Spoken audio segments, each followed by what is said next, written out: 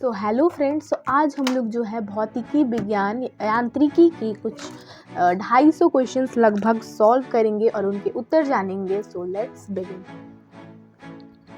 सो यहाँ पे जो है पहला क्वेश्चन है, कार्य का मात्रक है, ये हम सभी को पता है जूल। प्रकाश वर्ष इकाई है दूरी का। एम्पियर मात्रक है विद्युत धारा का। और इसको सम्मिलित करना है तो उच्च वेग जो है वो मैक से संबंधित है। तरंग दैर्घ्य जो है वो एंगस्ट्रॉम से संबंधित है, दाब पास्कल से और ऊर्जा जूल से। ठीक है, उसके बाद फिफ्थ क्वेश्चन है, इसको भी हमें सम्मिलित करना है तो जूल हमने ऊपर में ही पढ़ा कि जूल जो है कार्य से संबंधित कार्य का मात्रक है, एम्पियर धारा का, वाट सामर्थ्य का, और वोल्ट जो है विभवांतर का मात्रक है, यहाँ पे गलत मिला है, एंड कैलोरी ऊष्मा का। ठीक है, सिक्स्थ क्वेश्चन है, इसको भी हमें सम्मिलित ही करना है। सो त्वरण जो होगा मीटर प्रति सेकंड में होगा इसकी इकाई। बल जो है वो न्यूटन, कृत कार्य जूल एंड आवेग न्यूटन सेकंड। ठीक है, सेवेंथ क्वेश्चन है, निम्नलिखित में से समय का मात्रक नहीं है, वो है प्रकाश वर्ष। पारसेक इकाई है दूरी की। नाइन्थ क्वेश्चन इज, निम्नलिखित में से कौन सा एक सम्मिलित नहीं है? तो डेसिबल तो हम सभी को पता है, ध्वनि की प्रबलता मापता है, प्रबलता मापने की इकाई है। अश्व शक्ति शक्ति की इकाई है। समुद्री मील नौ चालन में दूरी की इकाई है। और सेल्सियस ऊष्मा की इकाई है। तो सेल्सियस जो है ऊष्मा की इकाई नहीं है, या तो यहाँ पे सही उत्तर होगा सेल्सियस। ल्यूमेन किसका मात्रक है? ज्योति फ्लक्स का। ठीक है, क्यूरी किसकी इकाई है? तो रेडियो एक्टिव धर्मिता का आप लोग को पता है ना कि क्यूरी हमारी ग्रेट साइंटिस्ट मैडम क्यूरी के नाम पर क्यूरी रखा गया है। उसके बाद 12th क्वेश्चन है, दाब का मात्रक है पास्कल। 13th क्वेश्चन, कैंडेला मात्रक है ज्योति तीव्रता का। 14th क्वेश्चन, जूल निम्नलिखित की इकाई है, तो इसका उत्तर ऊर्जा होगा। 15th क्वेश्चन, मात्रकों की अंतरराष्ट्रीय पद्धति कब लागू की गई थी? सो 1971 में, इसका उत्तर होगा 1971। खाद्य ऊर्जा को हम किस इकाई में माप सकते हैं? वो है कैलोरी। हम लोग अक्सर कहते हैं मेरी इतनी कैलोरी बढ़ गई, या फिर किसी भी खाद्य पदार्थ को कैलोरी में मापा जाता है। विद्युत मात्रा की इकाई है एम्पियर। एसआई पद्धति में लेंस की शक्ति की इकाई क्या है? डायोप्टर। एसआई पद्धति में लेंस की शक्ति की इकाई हमने पढ़ लिया, डायोप्टर। डेसिबल किसे नापने के लिए प्रयोग में लाया जाता है? वातावरण में ध्वनि, जो ध्वनि की मापने की इकाई डेसिबल है। एम्पियर क्या नापने की इकाई है? करंट यानी विद्युत मात्रा। यंग प्रत्यास्था गुणांक का एसआई मात्रक है, वो है न्यूटन प्रति मीटर स्क्वायर। सो 22वां क्वेश्चन है, निम्नलिखित युग्मों में से किस भौतिक राशियों के समान विमीय सूत्र नहीं है? वो है बल एवं दाब। ऊष्मा संवाहकता गुणांक का आयाम है mLT -3 0 थीटा -1। ठीक है, तो अब हम आ जाते हैं 24वें क्वेश्चन पे। 24वां क्वेश्चन है, निम्नलिखित में से कौन वेक्टर मात्रा है? वो है बल।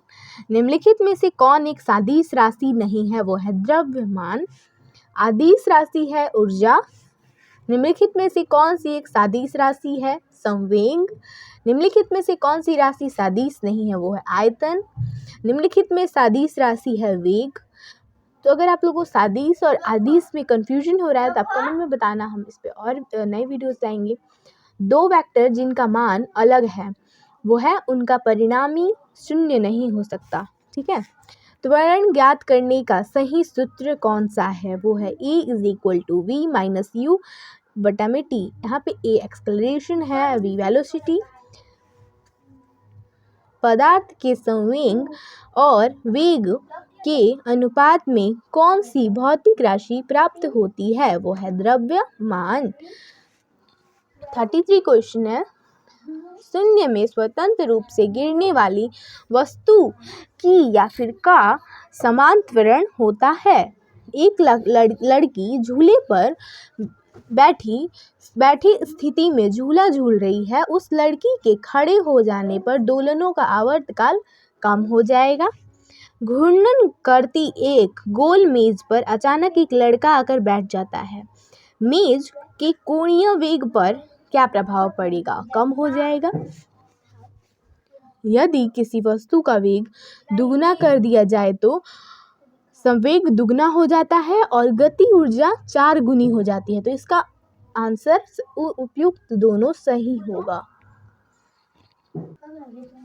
तो 37वां क्वेश्चन है, किसी पिंड के द्रव्यमान तथा भार में अंतर होता है क्योंकि द्रव्यमान स्थिर रहता है जबकि भार परिवर्तनीय होता है। 38वां क्वेश्चन है, किसी भी स्थिर या गतिशील वस्तु की स्थिति और दिशा में तब तक कोई परिवर्तन नहीं होता जब तक उस पर कोई बाह्य बल सक्रिय ना हो। यह है न्यूटन का गति विषयक प्रथम नियम। अगर आपकी न्यूटन के तीनों नियम के बारे में जानना है इसके लिए भी कमेंट करना। उसके बाद है 39 क्वेश्चन, किसी असंतुलित बल द्वारा किसी पिंड में उत्पन्न त्वरण बल के अनुक्रमानुपाती होता है। 40वां क्वेश्चन है, न्यूटन के गति के तीसरे नियम के अनुसार क्रिया तथा अभिक्रिया में संबंध बल हमेशा भिन्न भिन्न वस्तुओं पर ही लगे होने चाहिए। 41वां क्वेश्चन है, प्रत्येक क्रिया के बराबर व विपरीत दिशा में एक प्रतिक्रिया होती है। यह है न्यूटन का गति का विषयक तृतीय नियम। 42वां क्वेश्चन है, जल में तैरना न्यूटन की गति के किस नियम के कारण संभव है? वो है तृतीय नियम के कारण। कोई पिंड तब तक विरामावस्था में ही बना रहेगा जब तक उस पर कोई बाह्य बल कार्य नहीं करता है। यह कथन किसका है? तो यह कथन न्यूटन का है। 44वां क्वेश्चन है, न्यूटन की गति के नियमों के अनुसार निम्न में से कौन सा कथन सत्य है? ये प्रथम नियम से बल की परिभाषा ज्ञात की जाती है। 45वां क्वेश्चन है, किसी पिंड के उस गुण धर्म को क्या कहते हैं जिससे वह सीधी रेखा में विराम या एक समान गति की स्थिति में किसी भी परिवर्तन का विरोध करती है? यह है जड़त्व का नियम। 46 नंबर क्वेश्चन है, न्यूटन की गति का प्रथम नियम क्या कहलाता है? वो है जड़त्व का नियम। 47वां क्वेश्चन है, गाड़ी खींचता हुआ घोड़ा किस बल के कारण आगे बढ़ता है? वो है पृथ्वी द्वारा घोड़े के पैरों पर आरोपित बल से। गतिशील वाहन के अचानक रुकते ही यात्री सामने की ओर क्यों गिर पड़ता है? यात्री के शरीर का निचला भाग रुक जाता है लेकिन ऊपरी भाग जड़त्व के कारण गतिशील अवस्था में रहता है। 39वां क्वेश्चन है, रॉकेट किस सिद्धांत पर कार्य करता है? मतलब रॉकेट किस सिद्धांत पर काम करता है? तो वो संवेग संरक्षण के सिद्धांत पर काम करता है।